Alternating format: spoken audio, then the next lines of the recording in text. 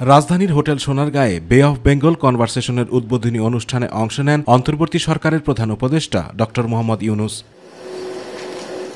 অনুষ্ঠানে প্রধান অতিথির বক্তব্যে প্রধান উপদেষ্টা বলেন, আগামীর বাংলাদেশ হবে ন্যায় বিচার, মানবাধিকার এবং বাক স্বাধীনতার। তিনি বলেন, সবাইকে সঙ্গে নিয়ে একটি নতুন সমাজ গড়ার আওয়াজ তুলেছেন তরুণরা। This makes the country very powerful in creativity.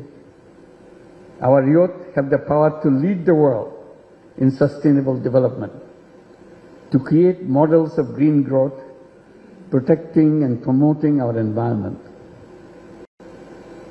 But this requires cooperation, courage, and unshakable belief in our shared future.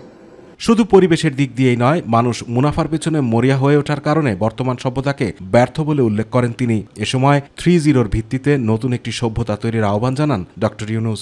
Zero wealth concentration by introducing social business to solve people's problems rather than maximizing profit. Zero unemployment by turning young people into entrepreneurs rather than job seekers, which we do now. Nothing is impossible for human beings if only we pursue it hard enough. সম্পদ কুক্ষিগত না করে সবার মাঝে সমানভাবে বন্টন হবে এমন সমাজ তৈরির আহ্বানও জানান প্রধান উপদেষ্টা। এ সময় বিদেশি অতিথিদের দেশের রাস্তাঘাট ঘুরে দেখে তরুণদের মনের ভাষা বোঝার পরামর্শ দেন doctor Yunus. It is the work of millions of